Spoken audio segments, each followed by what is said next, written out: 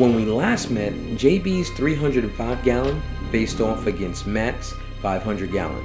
You voted, and the winner, with 77% of the vote, is JB. Congrats JB for moving on to the next round. For today's episode, we stay in the super heavyweight division with a face-off similar to last episode. Today, Ming's 300 gallon Reef will take on Ryan's 300 gallon Fowler tank. I always wondered if one of the best Fowler tanks could take on one of the best Reefs. In this episode, I think we get close as we can get as far as matchups are concerned. Well, can Ryan's Fowler defeat Ming's Reef? Only one way to find out. Ming's equipment tour. Diagnostic complete. Ming is running 2 metal halides and 9 kessels. His metal halides are on a motorized track to help eliminate shadow spots and guarantee that all his corals receive sufficient light. If you look close, you will notice that the halides and kessels are positioned differently. The halides move back and forth to provide light from the top of the tank, and the kessels are angled toward the corals to bring light in from the sides. Again, this design is intended to help eliminate shadows, especially when you have corals like acros that tend to shade themselves as they grow larger. He runs 2 Vortex MP60s on full blast and 4 ocean motions that provide flow from the top and bottom levels of a tank. This is his wave box, which is retrofitted so that it sits outside of the tank instead of inside. Now this is not a trickle filter. This is an ozone reactor. While this may work like a trickle filter system, the difference is that there's no oxygen inside, only ozone. This is a Coral View skimmer rated up to 400 gallons an hour. He also has a Vertex calcium reactor with 2 additional chambers that hold additional calcium and GFO. This Coral Life pump is rated for 1100 gallons per hour, which fully recirculates and goes through his ocean motions and comes out of different outlets at different times. The second pump feeds water through his chiller and reactors and back into the tank. These are 7 gate valves. He is currently only utilizing 4 of them. One feeds the GFO reactor, 2 others feed the biopellet reactor and calcium reactor, and the last valve feeds the ozonizer, which comes back into the carbon reactor before it goes back into his tank. In this bare sump, he runs multiple bubble catchers as he does not run a refugium. The sump is also home to his 40-watt UV sterilizer and auto top-off system. Ryan's equipment tour. Diagnostic complete. Ryan is running Reef Bright's white and blue LEDs and blue and purple Ecosonic LEDs. Ryan's system water changes are easy. With a turn of this knob, he sends his old water directly to the sewage line. Then he walks over to his RODI unit, which feeds water into these 2 containers. One container is fresh water for auto top-offs, and the other is filled with freshly made salt water. The tank runs 2 MP40s, and this backup battery for them is a pretty nice touch. He has 2 MRC reactors, one runs carbon, and the other he is still deciding on what to run in.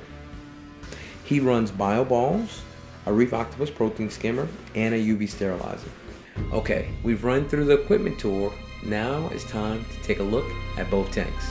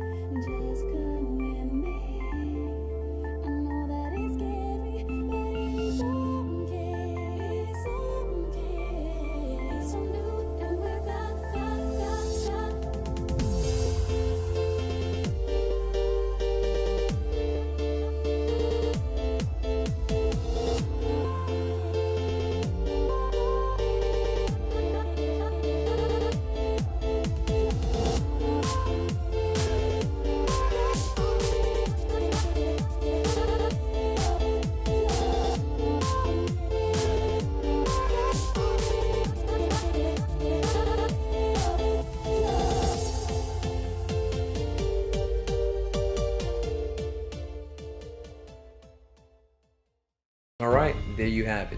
Who will you choose as the winner? Will it be Ming's 300-gallon Reef tank or Ryan's 300-gallon Fowler? Alright, be sure to look in the description to find the link so you can vote for your favorite tank. Now, because this is the last episode before the winners from Miami face off against the winners from Atlanta, I will not be making a separate video to announce the winner. I will be announcing the winner on my Facebook page and my Google+. My Facebook page is facebook.com/Thomas Vision Reef. And like I said, don't worry if you don't have Facebook. We all have Google Plus because we use YouTube, so we have a Google Plus page. So I'll also be making the announcement on Google Plus for the winner of this episode. Now, stay tuned for the next episode of Tank Wars next Thursday. Well guys, thanks for watching, and until next time, this is The Ultimate Hobby.